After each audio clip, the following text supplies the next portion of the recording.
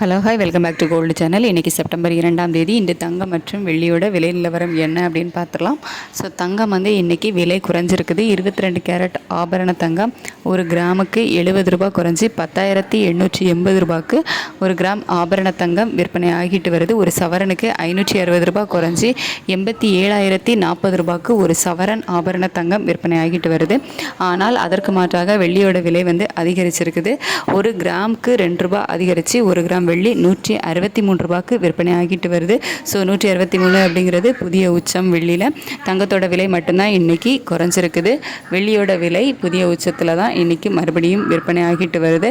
இன்றைக்கி 2/10/2025 இன்றைக்கி 22 கேரட் ஆபரண தங்கம் ஒரு கிராம் 10,880 ரூபாய்க்கும் ஒரு சவரன் ஆபரண தங்கம் 87,040 ரூபாய்க்கும் வெள்ளி ஒரு கிராம் 163 ரூபாய்க்கும் விற்பனை ஆகும்.